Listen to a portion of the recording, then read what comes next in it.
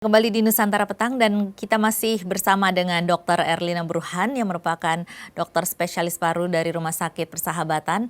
Kita masih membahas bagaimana memerangi COVID-19 ini dan Dr. Erlina merupakan sosok Kartini masa kini yang saat ini ikut membantu sebagai garda bangsa untuk memerangi COVID-19. Dok, tadi kita sudah membahas mengenai bagaimana gejala-gejala seseorang bisa mengenali dirinya dan bagaimana seseorang bisa tahu mengenai status dirinya. Apakah dia terkena COVID-19 atau tidak. Nah, ini bagaimana urutannya? Apakah kita setelah merasa ada gejala-gejala kadang-kadang kan mungkin hanya kekhawatiran sendiri begitu ya, Dok ya. Apakah kita harus mengikuti rapid test dulu kah atau bagaimana, Dok? Jadi begini, kalau ada riwayat berkontak dengan orang yang kemudian kita tahu ternyata mempunyai status yang positif atau bahkan meninggal karena COVID, nah seharusnya kita-kita yang berkontak dengan kasus seperti itu segera memeriksakan diri atau minimal mengamati tubuh kita apakah ada gejala ke arah situ. Ya, dan kalau ada, apalagi kalau ada gejala harus segera ke vaskes terdekat untuk memeriksakan diri. Biasanya kan petugas akan menanyakan gejalanya apa, riwayat kontak bagaimana, dan sebaiknya berterus terang saja, jangan sampai merasa karena takut ketahuan jadi COVID, nggak usah bilang gitu, biar dokternya aja sendiri akhirnya mengetahui di kemudian hari, dan itu saya kira suatu kondisi yang tidak harus dilakukan. Lebih baik kita berterus terang dari awal agar supaya statusnya bisa dideteksi sedini mungkin. Selain ditanya-tanya itu, Dok, diagnosis apakah tes apa lagi yang biasanya tindakan yang dilakukan kepada pasien tersebut atau mungkin orang yang merasa dirinya terkena COVID-19 ini? Ya, jadi biasanya dokter kemudian akan melakukan karena ini diduga nanti menyerang paru, maka dia akan dilakukan ronsen torak, dan tetapi juga ada penunjang lainnya, dilakukan pemeriksaan darah. Yang pertama untuk mengetahui bagaimana jumlah darah putihnya dan beberapa marker lainnya. Tetapi kalau memang sangat mencurigai, seharusnya dikonfirmasi dengan swab tenggorok atau pemeriksaan PCR. Namun kapasitas pemerintah untuk melakukan pemeriksaan PCR ini masih belum masif, sehingga bisa jadi ada pemeriksaan lain yang kita pakai untuk screening. Contohnya adalah rapid test. Rapid test serologi itu kan ngambil darah juga, ya. Jadi yang dilihat adalah kalau dia positif, maka kemungkinan besar sih memang ada COVID-nya, karena positif itu terjadi karena terdeteksi antibodi yang terbentuk akibat terpapar dari virus corona. Tapi yang agak menjadi masalah adalah kalau dia negatif, karena kalau dia negatif sebetulnya belum tentu bukan COVID, karena bisa jadi ini masa inkubasi, belum ada gejala sehingga tidak terdeteksi. Karena serologi atau rapid test itu bisa positif kalau ada terbentuknya antibodi begitu ya? Ya, pembentukan antibodi itu terjadi kalau ada gejala. Nah, jadi kalau negatif seharusnya diulang lagi. Bahkan kalau positif pun masih tetap diulang untuk konfirmasi. Tapi minimal kalau kita tahu positif, kita akan lebih waspada lah begitu. Jadi rapid test di sini lebih ke arah screening ya. Screening. Jadi seberapa akuratnya itu rapid test, Dok? Ya, memang rapid test untuk diagnosis tidak akurat ya. Tetapi untuk screening boleh-boleh saja kita pakai, apalagi untuk suatu data epidemiologi itu bisa dipakai untuk melihat berapa orang yang sudah terpapar atau ya, sampai berapa kali itu kita harus melakukan rapid test kalau disarankan, Dok? Kalau rapid test kalau positif cukup sekali, karena kemudian akan dikonfirmasi dengan PCR. Tapi kalau negatif katanya harus diulang lagi beberapa hari kemudian, terutama kalau ada gejala. Jadi dua kali begitu ya, Dok ya, baru kemudian dilakukan PCR ya, atau swab test itu? Ya, lebih baik sih sebetulnya swab test. Tapi itu tadi kekurangannya adalah ini tidak dipunyai di semua fasilitas. Swab test ini adalah PCR, apa bedanya sih, Dok? Sama saja? Ya kalau PCR itu kan mendeteksi virus ya. Hasil dari swab tes itu ya? Nah, itu Sampel dari swab mendeteksi tes itu. virus. Nah, jadi kalau ada partikel virus itu akan bisa terdeteksi dengan PCR. Tapi kalau rapid test serologi bukan mendeteksi virus, tapi mendeteksi antibodi yang terbentuk akibat ada infeksi virus. Oke. Nah, Jadi kalau orang sudah COVID pun dalam proses penyembuhan itu kan antibodinya masih ada. Kalau diperiksa rapid test masih positif, malah bikin orang panik. Oh, gua masih positif gitu.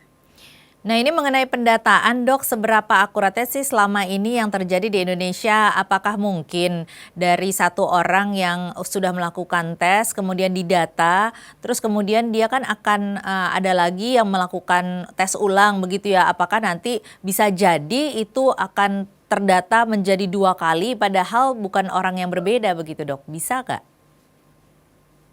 Seharusnya bisa kalau pencatatan kita cukup baik ya, dan ini saya belum tahu apakah dilakukan telusur seperti ini, diikuti satu orang apa saja pemeriksaannya dan bagaimana hasil endpoint-nya. Berarti harus Saya dilakukan tracing yang benar ya, Dok ya?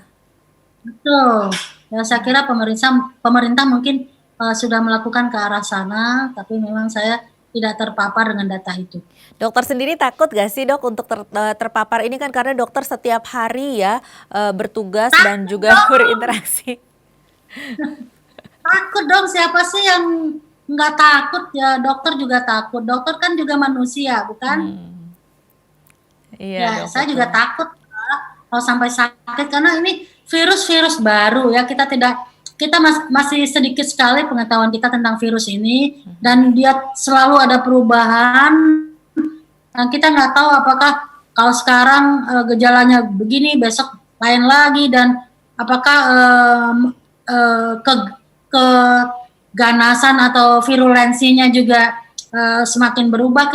Ini banyak yang kita tidak tahu ya. Kalau begitu Jadi bagaimana dokter saya kira mengatasi rasa takut itu kalau sehari-hari terus bergumul dengan virus ini, kemudian juga berinteraksi dengan pasien, ya, bagaimana Anda mengatasi di hal rumah ini? sakit kami jadi rumah sakit COVID ya. Jadi kan saya selalu mengatakan harus ada upaya pencegahan.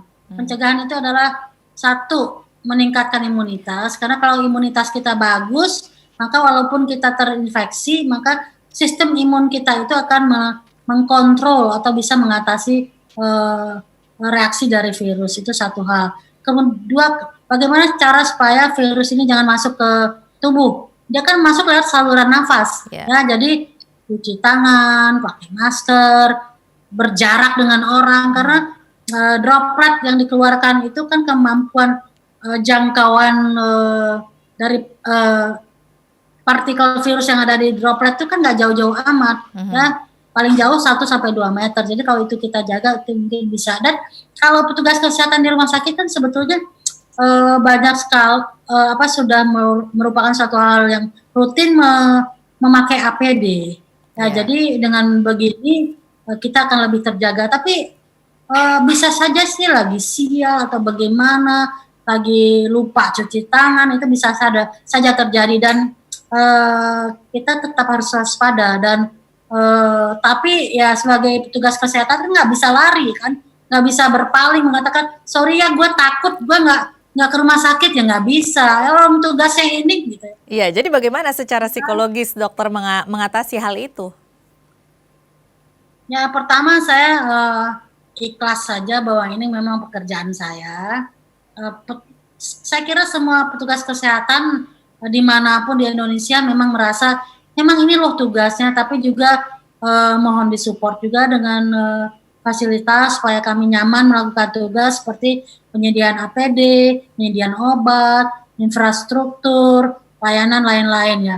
Kemudian juga ya itu tadi saja, berdoa ya dan minta pengertian ya. Dan contohnya saya udah nggak praktek di luar rumah sakit persahabatan lagi, padahal kan biasanya dokter selain bertugas di rumah sakit pemerintah kan punya tempat praktek swasta lainnya. Ini saya tidak lakukan karena itu akan membuat saya semakin banyak berinteraksi dengan pasien. Jadi saya lebih baik cuti dari praktek. Jadi sudah lama sejak COVID ini udah nggak praktek di tempat lain.